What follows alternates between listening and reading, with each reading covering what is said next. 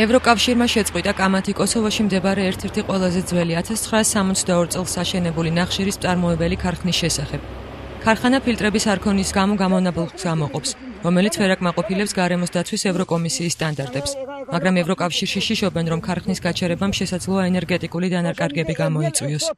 ნაგვისა და გამონაბოლქვის რაოდენობის გამო უკმაყოფილებას ადგილობრივი ფერმერებიც გამოთქვამენ.